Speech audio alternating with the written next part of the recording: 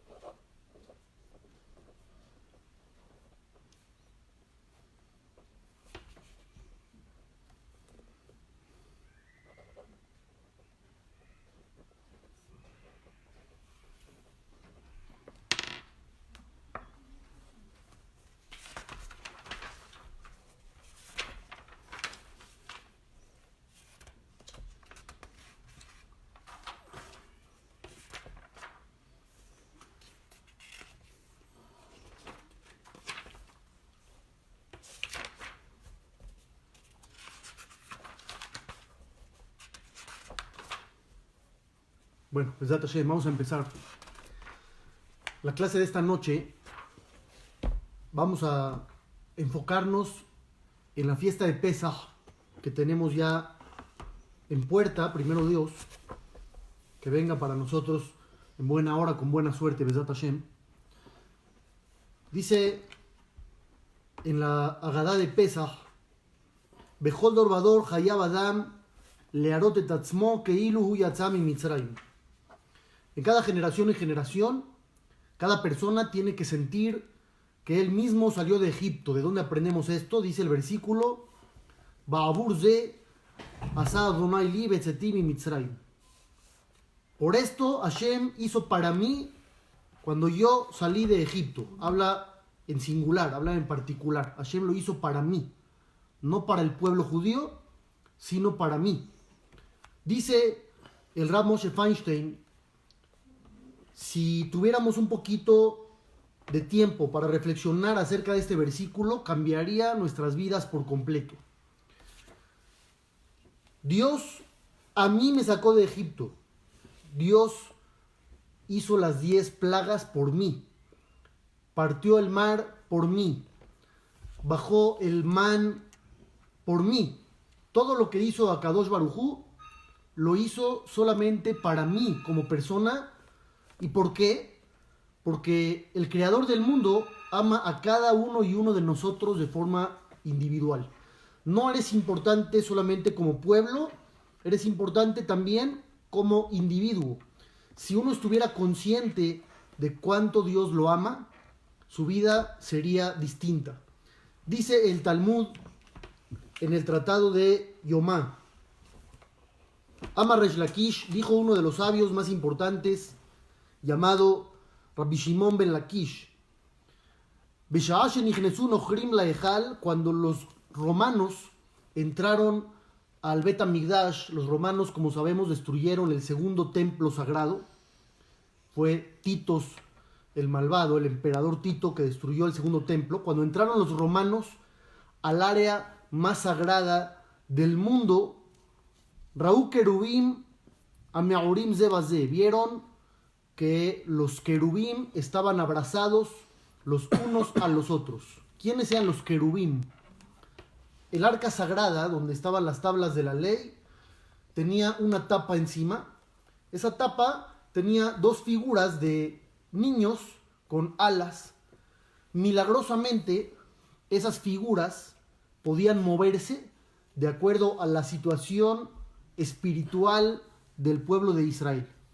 Cuando el pueblo de Israel se portaba bien, entonces las figuras estaban viéndose uno al otro, cara a cara. Cuando lo aleno, las cosas no funcionaban y el pueblo judío se comportaba negativamente, entonces milagrosamente las figuras se daban la espalda y veían solamente uno a la pared y otro a la otra pared.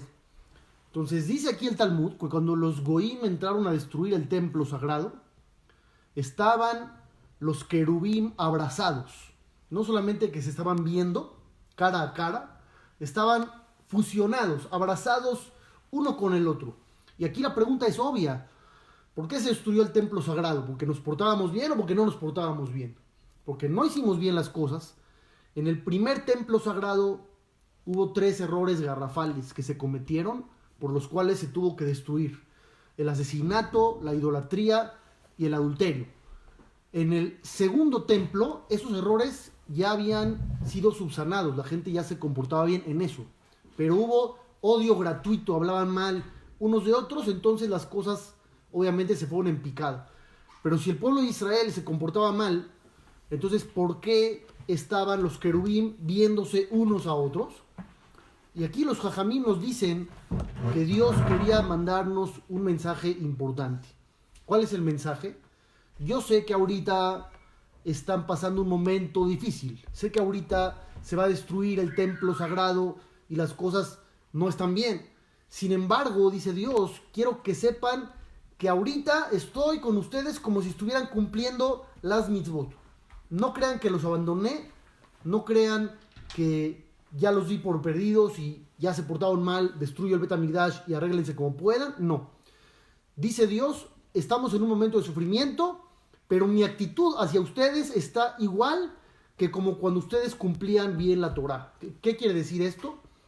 Akadosh Baruj Hu nos considera hijos, y como hijos siempre está con nosotros. Aun cuando el hijo se porta mal, uno tiene que cuidar ciertas bardas, hay ciertos límites. Uno no porque esté enojado con su hijo lo va a empezar a golpear de manera agresiva, no. No porque esté enojado con su hijo le va a dejar de dar de comer, lo va a encadenar a su cuarto, no. Lo sigues queriendo, lo sigues amando. Sí pones la restricción que necesites poner, pones el reproche, pero el amor siempre está ahí. Y es lo que Dios quería darnos a entender en ese momento, que a pesar de que las cosas no estuvieron bien, pero Él estaba ahí con nosotros al momento del exilio. Ahora, vamos a hablar de Pesaj exclusivamente. ¿Dios nos ama o no nos ama? Estamos diciendo que sí, Dios nos quiere mucho. ¿Nos quiere de manera general o de manera particular? Ambas cosas son correctas. Nos sacó milagros, maravillas, muy bien. Pero la pregunta más importante que tendríamos que hacernos es la siguiente. Si Dios nos ama tanto, ¿por qué tuvimos que sufrir tanto tiempo en Egipto? ¿Por qué tuvimos que pasar por tanta angustia? Dios nos quiere mucho, entonces ¿por qué tuvimos que pasar por ese periodo tan doloroso de más de 2 siglos de duración? Esta pregunta prácticamente todos los jajamim la formulan y hay diferentes opciones para responderla. Yo quiero hablar de 2 en específico. Una opción, incluyendo un poquito de conceptos místicos. La otra opción, más aterrizada a nosotros. Vamos a ver. Los jajamim, en especial el Arizal, que tenía acceso a conocimientos más profundos, que es el padre de la Kabbalah moderna, que pudo abrir esa parte oculta de nuestra sagrada Torah a nosotros, él dice que todas las almas que estuvieron esclavizadas en Egipto tenían ya cuentas atrasadas para pagar. O sea, no era un alma nueva, pura e inocente que sufría, era un alma que tenía ya algunas cosas turbias que necesitaba reparar, y todo eso se pudo reparar por medio del sufrimiento en Mitzrayim. ¿Qué hicieron esas almas en el pasado? Pues dice el Arizal lo siguiente: Adán Arishon, el primer ser humano del mundo, tenía un alma que incluía todas las chispas de las almas que iban a existir posteriormente, por eso su pecado afecta a toda la humanidad. Este ser humano tan especial cometió un error nada más en toda su vida. Estamos hablando de 930 años y un pecado, nada más. Es un historial increíble, casi intachable. ¿Quién quisiera, no? Vivir 10 años sin pecar, o una vez nada más. Pero Adán Arishon comete un pecado, comió del fruto prohibido. ¿Qué hizo él para poder expiar el error? Entonces dicen los jajamim que se separó de su esposa 130 años. 130 años no estuvo íntimamente con ella, Sin embargo, y esto no lo voy a explicar muy a profundidad, esos 130 años hubo algunas energías, fuerzas y espíritus negativos que se alimentaron de las chispas del alma de Adán Arishon y se crearon otras almas diferentes del lado oscuro, vamos a llamarle así. Esas almas tuvieron que tener alguna reparación porque se crearon de forma negativa. ¿Qué pasó con esas almas? Dios las mandó al mundo y volvieron a pecar. Fueron la generación del diluvio. La generación del diluvio pecó especialmente con los pecados de índole sexual, que eran más o menos la misma raíz del problema de Adán Arishon con las almas que se crearon. Esas almas en la generación del diluvio no repararon, volvieron a hacer las cosas malas y tuvieron que volver al mundo, y fue la generación de la Torre de Babel. Esa generación se dedicó, curiosamente, a hacer ladrillos. ¿Y qué actividad hacían los judíos en Egipto? Fabricar ladrillos. ¿Por qué? Porque las almas de la Torre de Babel otra vez se portaron mal, se rebelaron contra Dios. Ese fue el objetivo de construir la torre.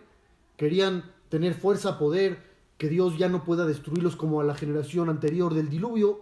Entonces volvieron a hacer las cosas mal. Todas esas almas volvieron al mundo en la generación de Egipto. Ellos fueron los que hacían ladrillos para expiar los ladrillos anteriores que habían hecho en contra de Dios. Entonces, todo esto, si lo vemos desde una vista panorámica, tiene todo el sentido del mundo. Tuvimos que bajar a Egipto por errores que cometieron los humanos, en exclusivo esas almas que tenían que padecer para poder limpiar sus errores. Dios no nos deja de amar, como hemos visto, en todo tipo de situaciones. Y el sufrimiento en Egipto era parte de la limpieza espiritual que se necesitaba para todos los participantes de los pecados de las generaciones anteriores. Hasta ahí, la forma mística de la explicación de la esclavitud en Mitzrayim. Ahora me voy a ir a la forma más aterrizada y más terrenal, más práctica para nosotros. El pueblo judío es reconocido por toda la humanidad como gente unida, como individuos que vemos unos por otros, que nos ayudamos en todo tipo de situaciones. Y unos te van a contar el día en el que le dio un llegue al coche y se tuvo que parar al lado de la carretera y se paraban 20 personas a preguntarle si necesitaba ayuda. Otros te van a contar del día en que Barminan se sintieron un poquito mal y todos se reunieron, cadenas de Teilim, a rezar por él. Otro te va a contar que tenía una situación económica difícil y se le acercó a alguien de manera desinteresada y le salvó la situación. El pueblo de Israel es uno solo y siempre estamos unidos. ¿De dónde sacamos tanta unión? Ustedes van a contestar simple y sencillo: somos unidos porque somos una sola familia. Perdón, pero no siempre el venir de una sola familia provoca unión. A veces es al revés. A veces con la gente más cercana es con la gente que más tiene uno conflicto, ¿no? No es necesariamente como soy familia, los amo a todos. No es así. La realidad es que el sufrimiento en Egipto sirvió para unir al pueblo judío para todos los tiempos. Porque no hay época en la que uno se una más con los demás que la época de adversidad. Cuando las cosas se ponen difíciles, de repente todo el mundo está unido. Se olvidan los problemas tontos, se olvidan los conflictos que no tienen mucha relevancia, y de repente todos están enfocados en resolver el problema global. Como ahorita, por ejemplo, ahorita que se vive en el mundo el problema del coronavirus. A todo el mundo lo que le importa ahorita es su salud. Y si alguien tenía un conflicto X o Y con alguien, te va a decir: ahorita eso no me importa, ahorita ni lo pienso. Ahorita estamos enfocados en otra cosa. El sufrimiento en Egipto tenía este objetivo. El objetivo de unirnos. El objetivo de hacernos hermanos de sangre, no nada más. Hermanos también de moral, de sentimiento, para que esa unión quede firme para todos los tiempos. No es que Dios nos dejó de querer, sino que Dios necesitaba que nos uniéramos de manera sólida. Y la manera en la que uno se une al otro de manera sólida es cuando uno pasa por momentos de dificultad. Ahí es cuando la unión se demuestra de manera verdadera. Nosotros, Baruch Hashem, hoy en día podemos festejar que ya salimos de Mitzrayim. Ya no estamos allá, ya no estamos esclavizados.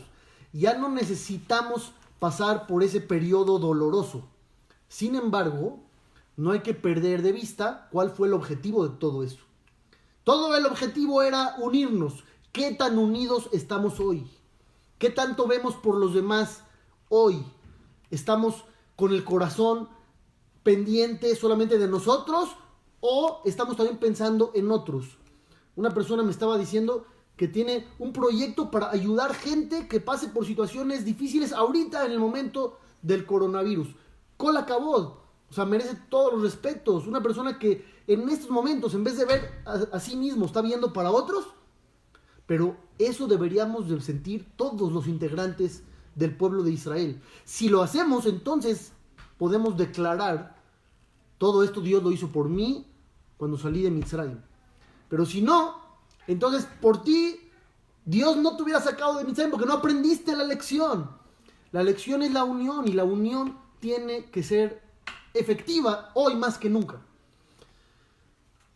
Preguntan los Jajamim, continuando con el asunto de Pesaj, ¿qué realmente provocó que el faraón tuviera dominio sobre nosotros, el pueblo de Israel, 400 años? Ya dijimos que teníamos que estar ahí, teníamos que pasar por este periodo para solucionar todos los problemas antes mencionados. Sin embargo, ¿por qué el número 400? Hay un número en la Torá que Dios le dice a Abraham, el patriarca: tus descendientes van a sufrir en una tierra que no es de ellos, los van a esclavizar. 400 años. Al final, gracias a Dios, estuvimos menos tiempo. ¿Por qué? Porque hay muchas respuestas. O porque Dios hizo que suframos más para contar doble el tiempo, o porque trabajaban unos día y noche, o porque empezó a contar desde antes, etcétera, etcétera. Pero, ¿por qué 400? ¿Por qué estuvimos sufriendo 400? ¿O por qué el periodo de inicio oficial era de Arba Meot Shana, 400 años?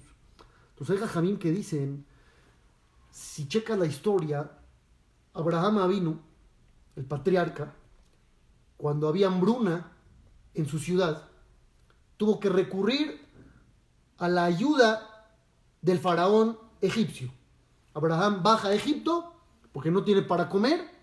Ahí es cuando secuestran a su señora, a Sará, que no sabían que era su esposa. Ya cuando se enteran que es su esposa, entonces lo trataron muy bien.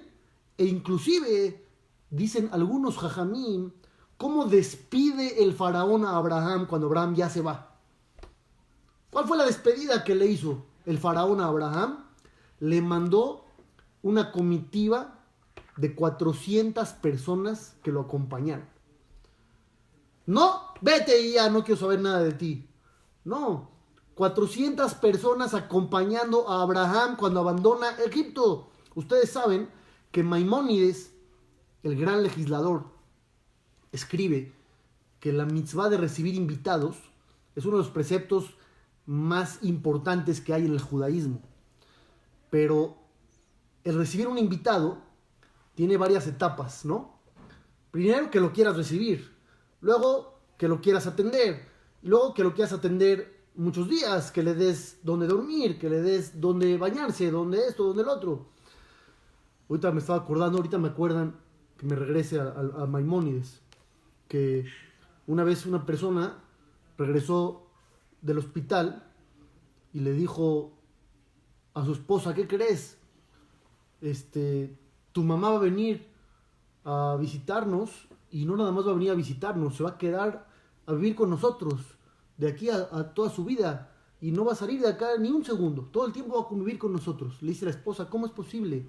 Si mi mamá está muy enferma y ya fuimos al hospital apenas ayer y me dijo el doctor que no había esperanza y que no podía ni caminar y tú me dices que se va a parar y va a venir y va a vivir con nosotros. Le dijo, ¿cómo puede ser? Le dijo, sí, así me dijo el doctor. Le dijo, tal vez no entendiste, ¿qué exactamente te dijo el doctor? Le dije, doctor, ¿cómo está mi suegra? Y el doctor me dijo, prepárese para lo peor. Entonces por eso entendí que va a venir a vivir con nosotros y que va a estar toda su vida acá. Pero esa es otra idea. Me regreso a Maimónides. Maimónides dice, ¿cuál es la parte más importante del precepto de recibir invitados? La parte más importante es cuando ya se van, ¿cómo te vas a comportar con ellos? ¿Los vas a acompañar a la puerta y unos pasos más allá? ¿O desde la sala te vas a despedir de ellos como diciendo ya no aguantaba, ya no quería saber nada de ellos?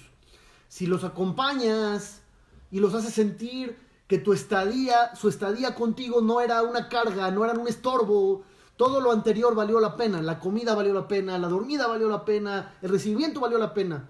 Pero ¿qué pasa si alguien le dice a su invitado, ok, ya, nos vemos, desde el cuarto lo saludas?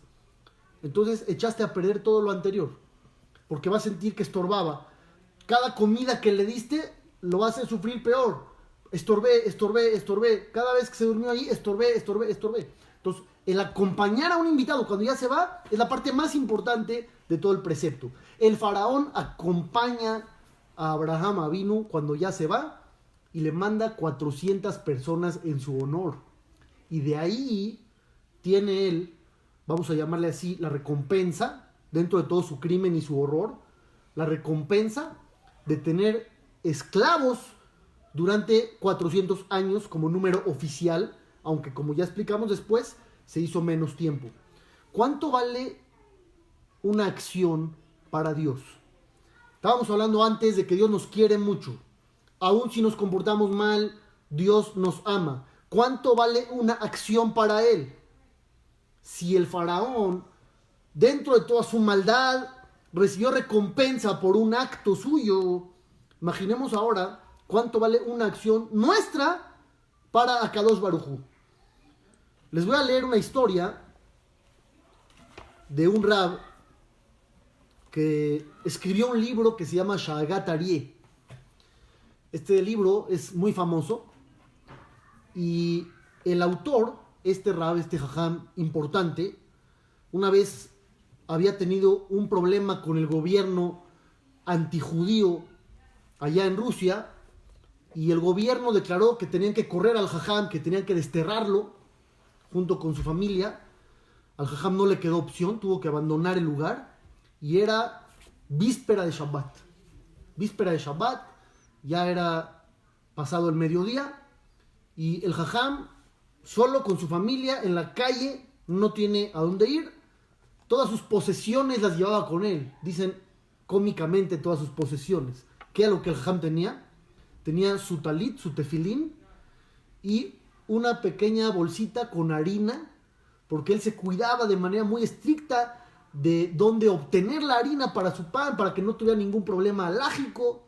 Esas eran todas sus posesiones, pobre. Pero se encontraba desamparado. Entonces le dijo a una persona que tenía una carreta a ver si lo podía llevar a algún lugar donde alguien le pudiera ofrecer ayuda. El carretero aceptó, empezaron a viajar. Sin embargo, después de unos tiempos, le dijo el chofer, perdone rabino, pero yo me tengo que regresar a mi casa para Shabbat. Ya no puedo seguir llevándolo, lo tengo que dejar aquí, a la mitad, ni modo. Y yo me tengo que regresar porque tengo familia y también cuido Shabbat. Ni modo, se tuvo que bajar el jajam, caminó unos cuantos kilómetros y empezó a buscar lo que buscaría cada judío en ese momento. Una casa con una mezuzá. Dijo, a ver, una casa con una mezuzá es señal de que hay un yehudí va a ayudar a otro. Tocó la puerta y abrió una mujer. Esta mujer era una judía, viuda. Le dijo el jajam la situación, le dijo, nos aceptaría de aquí a que acabe Shabbat en lo que buscamos. ¿Cómo? Le dijo, claro, con mucho gusto. Y le dice el jajam a la señora, ¿me podría hacer un hesed más, un favor más? Para Shabbat, ¿podría hornearme el pan con mi harina? Entonces, imaginemos una situación así. Estás recibiendo una pareja de extraños en tu casa, en medio de la nada de Rusia, no sabes ni quiénes son, y les dijiste que se pueden quedar contigo. Y tienen el descaro de pedirte que uses su harina de ellos para hornear pan. O sea, si te quedas en mi casa, pero no confías en mí. No es kasher mi casa, pero si te quedas aquí. Y tu harina, ¿por qué será mejor que la mía? Esta mujer tenía todos esos argumentos. Sin embargo, le dijo con mucho gusto, y de esa bolsita de harina le horneó 3 jalot, 3 panes. Terminando Shabbat, le dice el jajam a la señora: te voy a dar una bendición. Por el mérito de los 3 panes que me diste, Dios te mandará grandes riquezas. Y Be'ezrat Hashem, vas a construir de tu dinero 3 sinagogas, 3 Batei Kenesiot, 2 aquí fuera de Israel y 1 en Israel. La mujer estaba impactada. ¿Quién es este hombre? O sea, para aventarse una verajá de esas y tener la confianza de que va a suceder, de que por 3 panes, 3 Batei Kenesiot voy a construir yo. Esa señora tenía una casa normal, era humilde, es viuda. El jajam lo hizo. Tiempo después, esta mujer se presentó con Rab Haim Mivolojin, que era el alumno del Gaón de Vilna, un gran jajam, y le contó la historia. Y le dice: jajam, ¿qué cree? Ya construí 2 Batei Kenesiot, uno aquí en Minsk y otro en Vilna, pero creo que ha llegado el momento de construir la 3ª sinagoga. Quiero ir a vivir a Israel y construir el 3er Beit HaKnesset, porque me enriquecí y quiero cumplir las 3. Le dijo Rab Haim Mivolojin: ¿qué prisa tienes?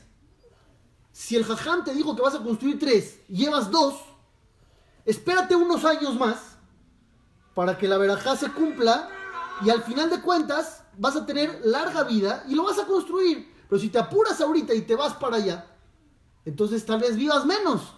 Así le dijo Rab Haim Mivolojin a la mujer. Yo quiero frenar aquí la historia y hacerles una pregunta. ¿Qué opinan? ¿Esta mujer debe esperar?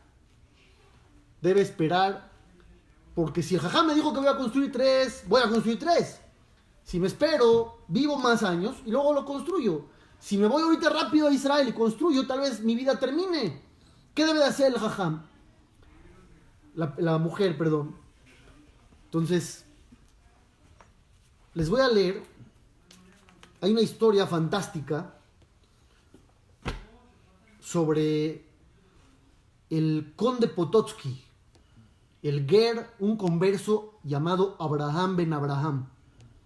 Esta historia, hay un libro en español que cuenta su historia, que se llama El conde Potocki, la historia del Graf Potocki. Era un conde descendiente de una de las familias más importantes allegadas a la Iglesia Católica en Europa. Este hombre una vez estuvo presente cuando habían golpeado a un hombre judío y a una niña judía solamente por pasar por la calle de los Goim sin quitarse la kipá, y ese suceso lo había marcado profundamente. Empezó a estudiar un poquito acerca del judaísmo.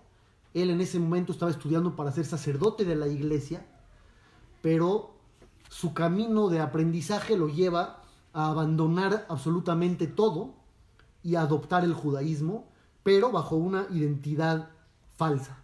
¿Por qué? Porque estamos hablando de las épocas en donde esto era penado con la muerte. En esos tiempos en Europa, si tú eras una persona que se convertía al judaísmo, era el peor crimen que podías llegar a cometer. Y si eras alguien de la iglesia, era sumamente peor.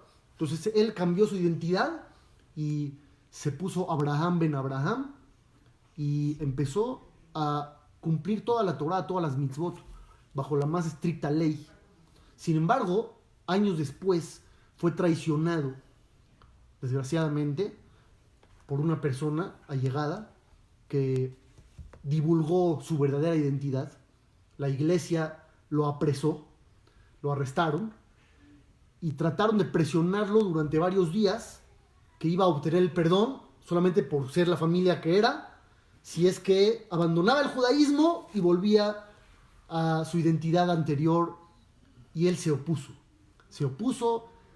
Durante muchos días venía su madre y lloraba con él y trataba de orillarlo a abandonar su Torah, sus mitzvot, y no lo hizo. Y la iglesia, muy a su pesar, tuvieron que condenarlo a muerte por el crimen de adoptar la identidad judía. Entonces, cuentan que cuando estaba caminando los últimos metros para llegar a la plaza donde iban a ejecutarlo, él estaba caminando un poquito lento, un poquito rápido, un poquito lento, un poquito rápido, hasta que de repente se abre una ventana de una de las edificaciones aledañas y sale de ahí Rabbi Eliyahu mi Vilna, el famoso Gaón de Vilna, y le dijo: Abraham, corre. Y entonces corrió. ¿Qué estaba sucediendo? ¿Por qué iba poquito rápido y poquito lento? ¿Y por qué le dijo corre? Este ger, este converso tan importante, tan magnífico, y su historia magnífica también, tenía una duda. Yo ahorita voy a cumplir el precepto más importante de todos, que es santificar el nombre divino. Por un lado, hay que correr a cumplir los preceptos.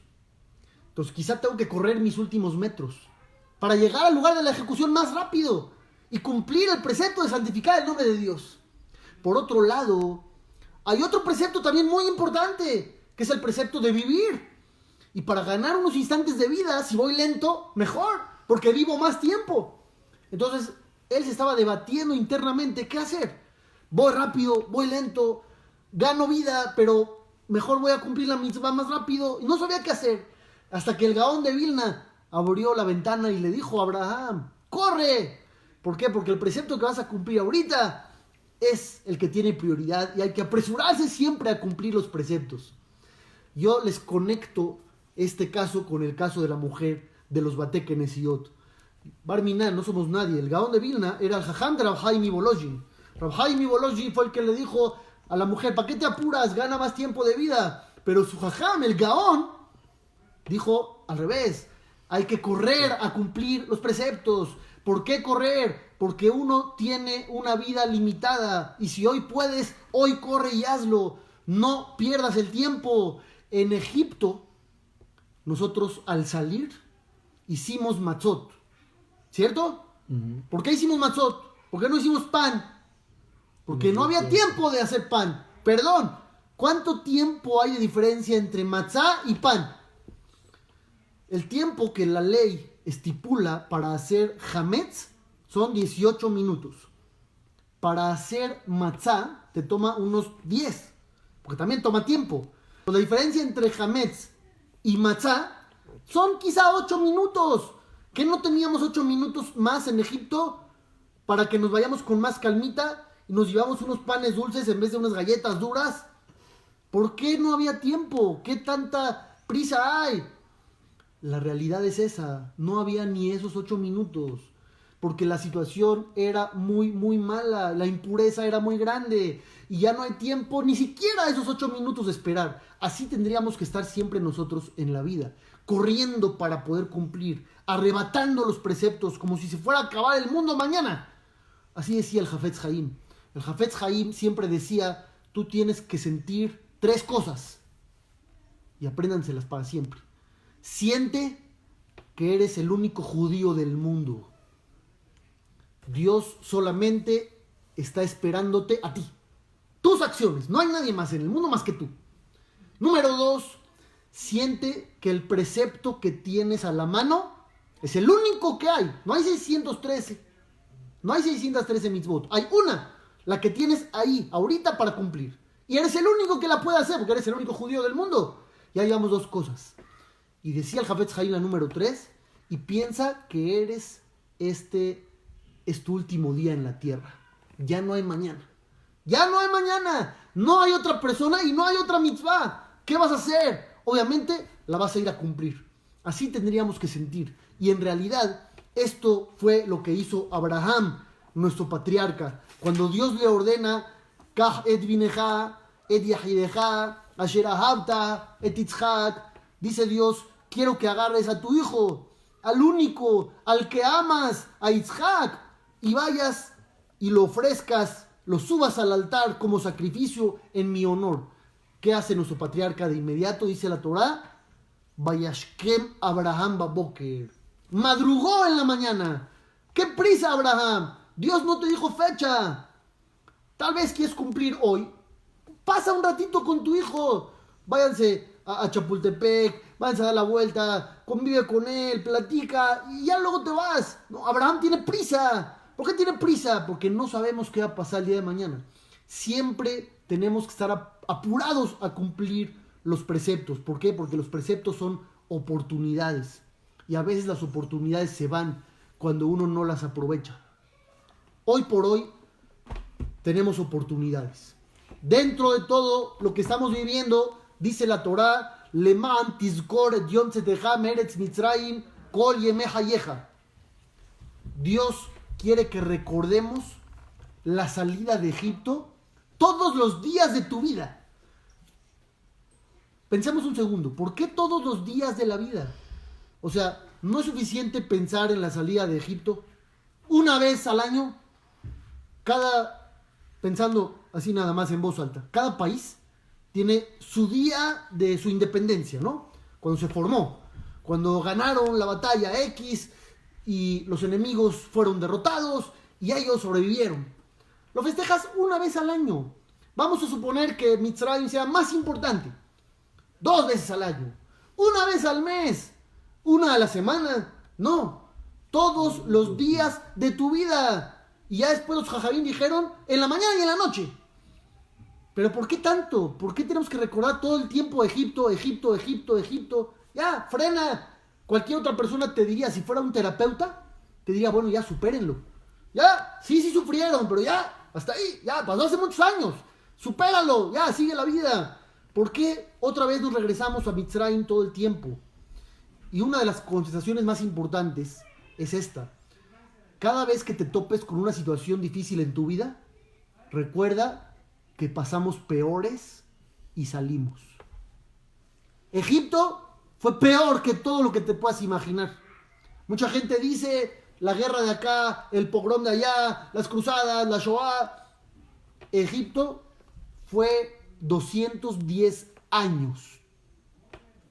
No fueron 6, no fueron 50, no fueron 100, 210 años en los que vivimos todo tipo de atrocidades, donde metían a los niños en las paredes cuando no había ladrillos suficientes, donde mataban y degollaban cada vez a los niños para que Paró se bañara con su sangre porque creía que con eso se iba a curar, donde arrojaban a los niños al río, donde los padres eran golpeados todos los días.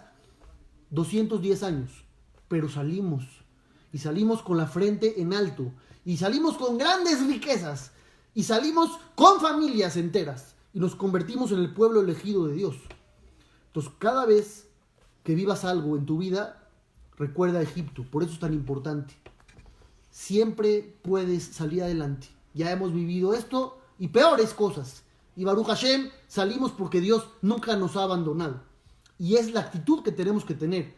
Hoy que vamos a hacer Pesach, Bezat Hashem, ya en unos días, la dinámica va a cambiar. Hay familias que van a estar solitas. Antes hacían con 20, 30, 40, 50 personas. Velo como una oportunidad. Hoy vas a poder convivir de manera más íntima y más en confianza, tal vez poder hablar cosas que antes no podías, poder expresarte más íntimamente con los tuyos, poder escucharlos, poder transmitirles. Velo como una oportunidad. Todo pasa, pero el momento debe aprovecharse, porque ese momento no regresa. Y Bezat Hashem, que veamos siempre Berajá, Be'atzlajá, que tengamos Shalom, Ahavá, Be'ahvá y todas las cosas bonitas de Bezat Hashem. Nos vemos mañana, primero Dios. Exacto, Baruch. Más. Ponle finalizar.